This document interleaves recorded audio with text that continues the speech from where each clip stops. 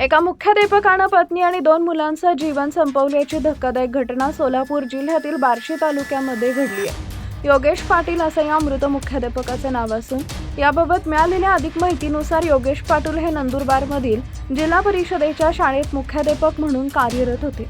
दरम्यान योगेश पाटील यांना शेअर मार्केटमध्ये सातत्यानं नुकसान होत होतं.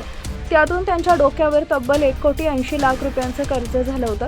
या कर्जाच्या चिंतेमुळेच योगेश पाटील यांनी टोकाचं पाऊल उचलल्याचं सांगण्यात येत आहे. मुख्याध्यापक असलेल्या योगेश पाटील यांनी बचतीसाठी शेअर बाजारात गुंतवणूक केली होती. मात्र यात त्यांना सातत्यानं तोटा होत होता. तसेच या तोट्यांमधून त्यांच्या डोक्यावर सुमारे 1,80,00,000च्या आसपासचं कर्ज झालं होतं. यामुळे ते चिंतित होते.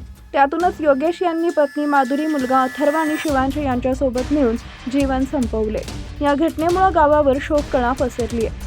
तर या प्रकरणी पुढील तपास सुरू असल्याची माहिती पोलिसांनी दिली आहे.